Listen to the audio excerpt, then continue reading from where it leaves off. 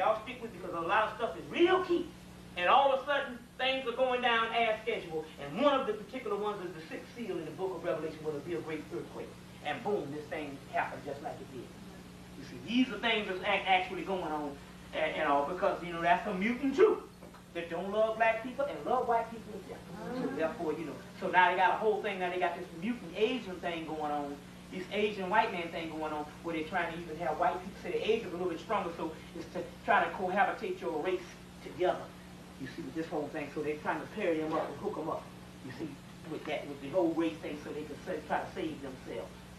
All kinds of things. Now, it's interesting because HBO and all of your CNN and all of your networks that's running the world, they wanted to try to get one last piece of the world that they could not get, and that particular part of that world was Asia, a part in Mongolia, where it's Tibet.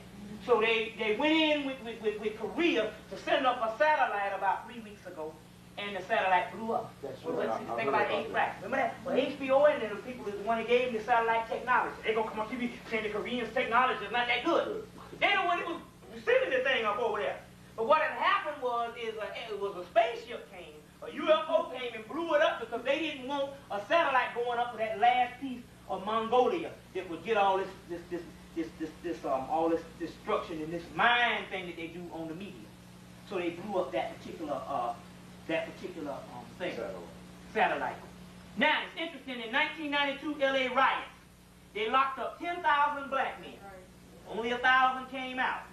Next thing you know, they got trucks reported going upstate with people in them.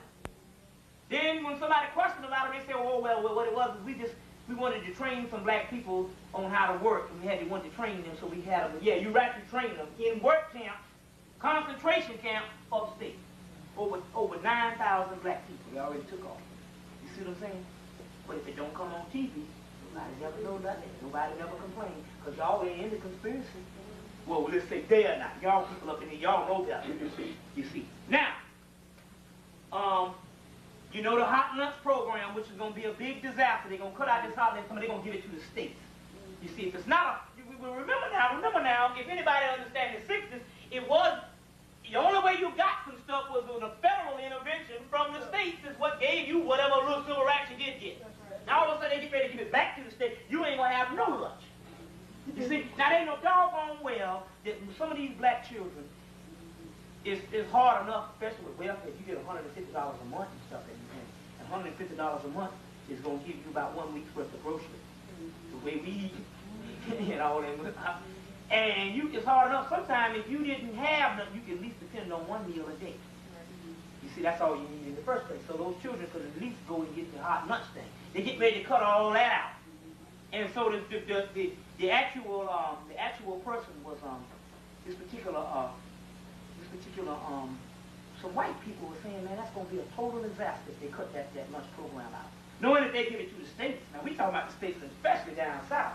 You talking about states where they're electrocuting Negro right now for looking the wrong way. You see what I'm saying? On other sophisticated terms. Now if you give it to the states and stuff, you know it's going to be over. They're not going to foot the bill. You see what I'm saying? So now, these are some other things that's actually going down. Now, you know these books called The Matrix. Matrix 1, 2, 3, and there's a Matrix 4. Well, in the Matrix 3, in 1991, they said it was a train that derailed. Now we get real funky. They said it was a train that derailed. Going between Miami, Florida to Oregon. It derailed. And they know that this train, they said several trains, that was a route for several trains. And when it derailed, they found a boxcar full of shackles. And they said, well, we just found one. We don't know how many has made it across in the 80s or whatever. We don't know how many is going to go after. Just can you imagine the amount of shackles that they have? So, okay, well, that does not mean it's just shackles for the prison system. Oh, yeah. Well, come to find out 2 weeks ago, one of my friends was working on went down to Valdosta, Georgia. He's from Florida. Went down to Valdosta, Georgia, which is right outside of Florida.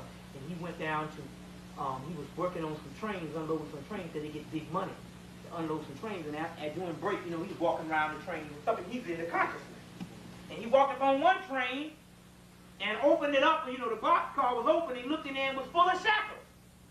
But the key to these things is this particular shackles that they got, they was made into the train. So now, what kind of prisons, what you got shackles made into the train, almost like that slave boat thing. You see what I'm saying? This was 2 weeks ago. So, you know, Newt Gingrich said he's getting ready for his revolution.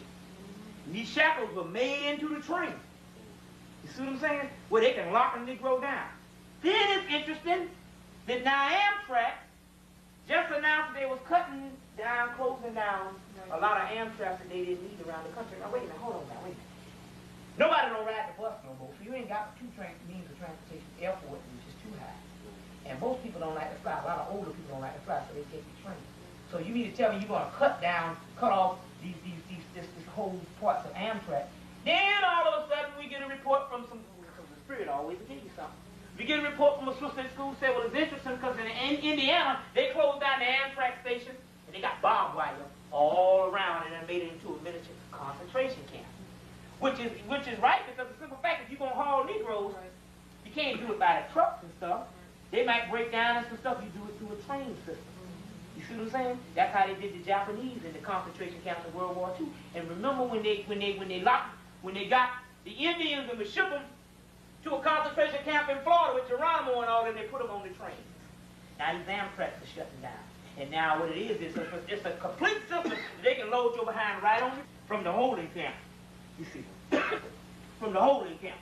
So these are some things that's going down, and now this stuff is going right into this particular part. Now, dealing with some stuff, why is it that they will take these black men from the LA riots and 10,000 of them? Because now the new thing is this. You want to go and you want to write down a movie that came out in 1991 called The Harvest. You can go to the video store, just call The Harvest. You're going to find out in actuality that body parts are worth millions of dollars. But they understand that in actuality, most white body parts reject. So if you get a melanated body part, they don't reject. They got almost a damn 99% accuracy rate that they don't reject the body. And if they do reject the body, it's because the mutant body wasn't right. But basically, it's like good as gold. It's like a brain. It's like a diehard. See what I'm saying? It's like them Pirelli type. You see what I'm saying? The real deal stuff. You see what I'm saying? Like that damn Midas boys and stuff. Sure. So now what they dealing with here is, you see, there's parts and stuff. And the melanated parts are very expensive. These are all things that they're doing, and they just can constitute for damn 9,000 missing black people. And that's just the ones in LA right. We ain't talking about all the black people that's bums on the street that you don't want to deal with no more.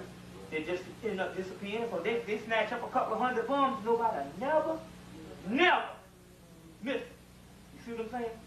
And that ain't including all the rest of the people. Never miss them.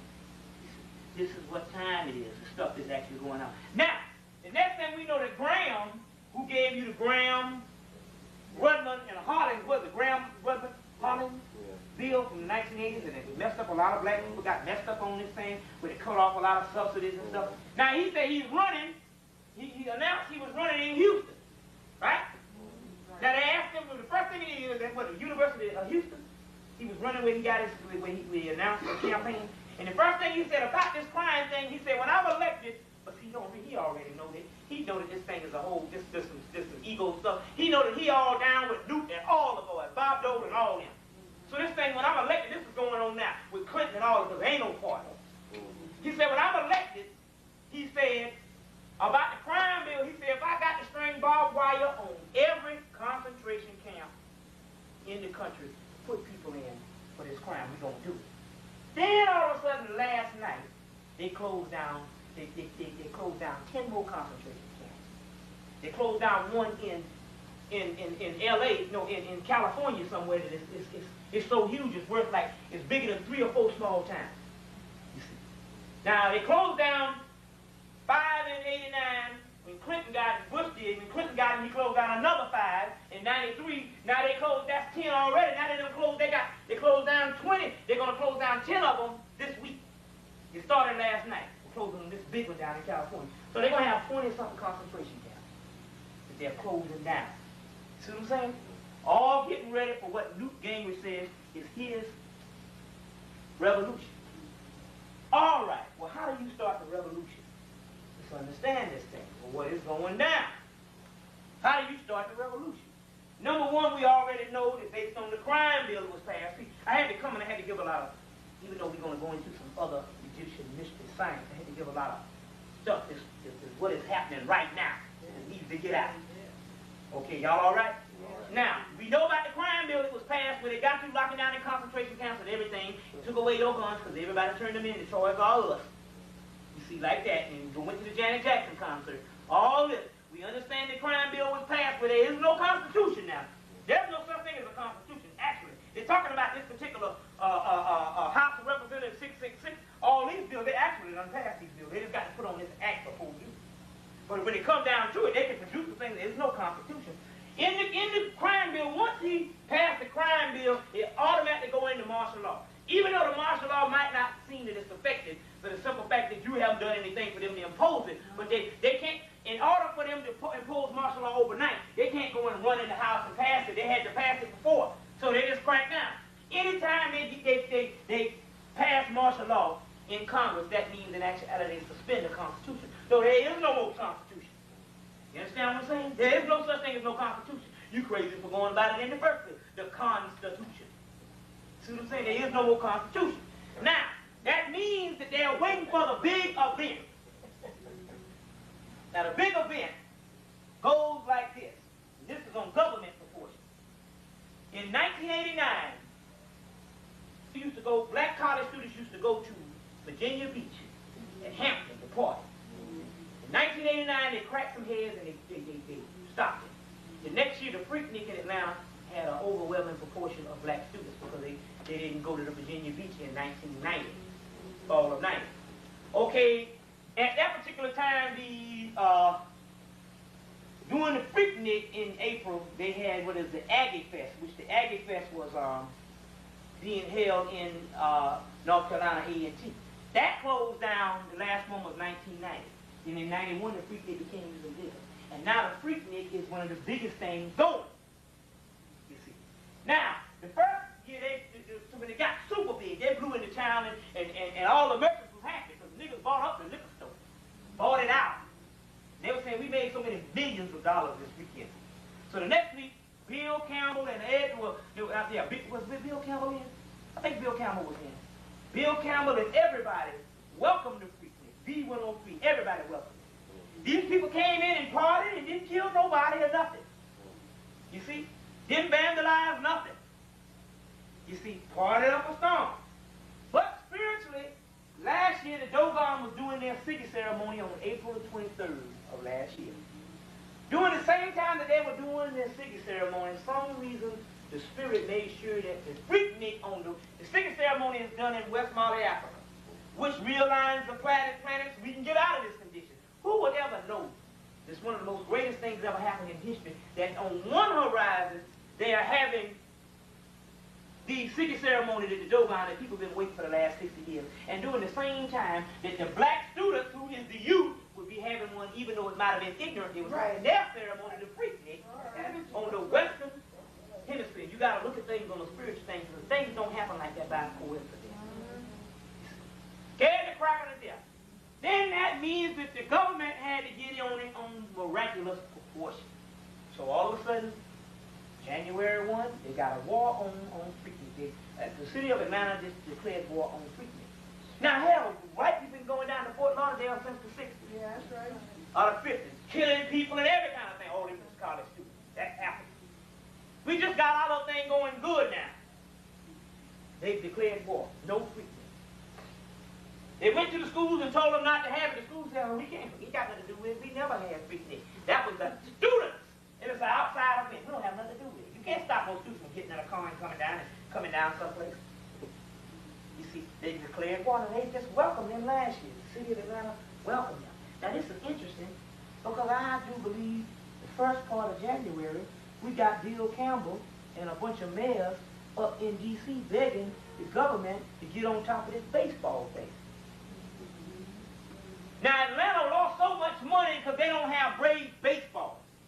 Now, here you mean to tell me, now let's look at the psychology of this. You losing money of Braves baseball. The Falcons are losers. Nobody don't go to their games. They got the lowest attendance ever in the world, in the history of Atlanta Hawks basketball. basketball because they traded Dominique Wilkins and now nobody don't go to their games. So now your sport ain't bringing in the revenues, and now you don't have baseball. And so it hurt you so bad you had to go to D.C. and beg Bill Clinton in the Congress to tell these crackers to play. And you mean to tell me some Negroes gonna come in your city and gonna buy all your liquor and gonna spend millions of dollars in 2 days? You see, they're proving that the college students don't tear up like some other people and all this type of stuff. And they're gonna, only thing you need is a damn bunch of boxes and some sticks the next day. And you mean to tell me you're gonna shut that down? When your city is hurting because you ain't got no sports going on?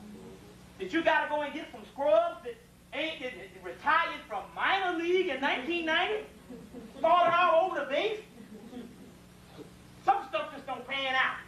But all of a sudden, Atlanta declares war on the freak list. You see. All right. Steve Copley comes to Morehouse College last Tuesday night.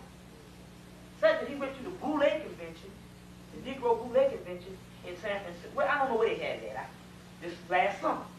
And Vernon Jordan was the keynote speaker.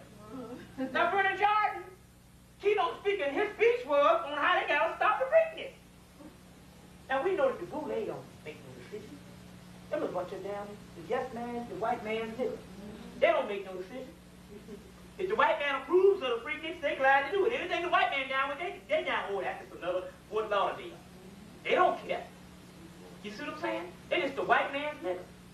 Well, why is Vernon Jordan talking about it? Who is Vernon Jordan? Vernon Jordan is the right-hand man to Bill Clinton, who is Froling Key and Skull and Bones and the whole Illuminati. So that means that Vernon Jordan is giving an order that's coming down the tube from the big boys in Washington, D.C. And he's giving it to the Negroes that do the master's bidding and carry the stuff out of these cities. So he comes in and tells them, look, we're stopping Freaknik this year. That's what the white man has told me to do. Bill Clinton, Newt Gingrich, and all of the boys down there in the Illuminati. Because there ain't no such thing as no government. It's a one-world government. They said stop the Freaknik. Then all of a sudden, Bill Campbell, he's declaring war on Freaknik. Out of the blue. Need the money. But he declaring war. Well, wait a minute now. Hold on. Didn't they just pass a bill to say that public enemy number one was any gangs? Is not a public enemy number one? Well, what constitutes a gang? Anybody congregate, more than 5 people congregating in a place at one particular time. Can you imagine? The first thing they said was, number one, they closed down all the parks. Now that means you got thousands of black kids coming from all over the country with money and ain't got no place to go. Well, if you are congregating in a city with no designated place of destination, that is constituted as what? Lottery. And anything over than 2 or 3 people is a gang. Public, and you are now what? Public enemy number one. Well, let's get a little funky. Number one, they said anybody caught with alcohol is going to jail. Well, the white man ain't gonna close down no alcohol store. If they sold out a bid in Atlanta in 2 days, and what's called doggone well, the white man gonna sell his beer. Plus, if anybody ever went to see these parties, the brothers come with trunk loads full of beer and liquor. They come with the stuff. So they say anybody caught with liquor is going to jail. Well, yeah, the niggas gonna be drunk before they even roll into town, before they get on the highway. You see, before they get on I-95, I-20. You see, they're going to be drunk before they come. That's college students. That's what you do. You go to school and you acquire a taste for alcohol. Or either you go to the army and you acquire a taste for alcohol. You see what I'm saying? Well, the Freaknik is bigger than that because it ain't just college students. Everybody gets down with it. They got people, hundreds of people coming up from Miami, from all over. So now the thing is all black people getting down with it. Because it's big now. We going to Freaknik. But they ain't got no designated place to go because they're closing all the parts. So that means that you got the National Guard and all them coming in. You see? Now it's interesting. Now I wouldn't be just reading some stuff, but see, the Spirit always does some stuff. I had a woman call me last year crying on the phone. She was a psychic, but she's an expert on astrology. Based on her calculation, she said something awful was going to happen to the freak, at the freak. She was crying. She left. She went out of town, but nothing awful happened. But see, sometimes based on the cycle, because the white man got the time all messed up, it can be a year off. And she gave me the actual reading a year before. You see what I'm saying? Now we know that they got to do all this stuff, but they got to crack down. Excuse me. They got to crack down. Need some water.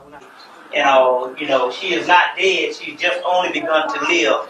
This is death. The other part that you think of as death is actually life. You see what I'm saying? This is the death realm. This is the realm of the dead, which we'll try to explain to you. Whenever you hear the book of the dead and you talk about the dead, it's not necessarily talking about the dead that is passed on, because those are the glorified spirits that actually live. The dead that they're talking about is down here on earth, the people that fell into a dead state and lost all senses of the Godhead. That's the real death. You got it wrong. You see what I'm saying? So to wake up every morning is not, and I repeat, and we can debate on this, to wake up every morning is not necessarily a blessing. That's right. To wake up every morning is not necessarily a blessing. You see, somewhere around 2,000 years ago, this thing got changed around. The whole key to our mysticism and our mystery was to get back to the higher realms. Remember, they talk about a man that fell to the fallen realms. So to wake up when you have fallen from grace and glory is not necessarily so positive. That's called fundamentalism and moralism that have nothing necessarily to do with spirituality. The last 2,000 years we have been dealing with fundamentalism and moralism that has something to do with a social. A social religion is based on economic, political, mundane, and social reason, but not necessarily real spirituality. We want to address these problems because I think this is a critical point that we turn everything around. Now, I first started out and I gave some of you this Christ ritual. Now, let me explain this to you. First of all, the Christ ritual, I explained that a brother had to go to court and he couldn't find out what to do, but he remembered getting this ritual from me a couple of months ago. And he ended up doing this when he went to court. They ended up being in favor of him, and the white woman that was battling against him, they almost locked her behind him. Now, what is actually happening here? It means, is it not written in your law to yield gods, which means that you are the microcosm of the macrocosm. Whenever you do these particular things, you are only empowering the energy within yourself, the God force which is in yourself. Now, even when you pour libations, you are only empowering the God force that's in yourself. Because the ancestors, not only when they go to the celestial realm, they live inside of you. That's why sometimes when you were going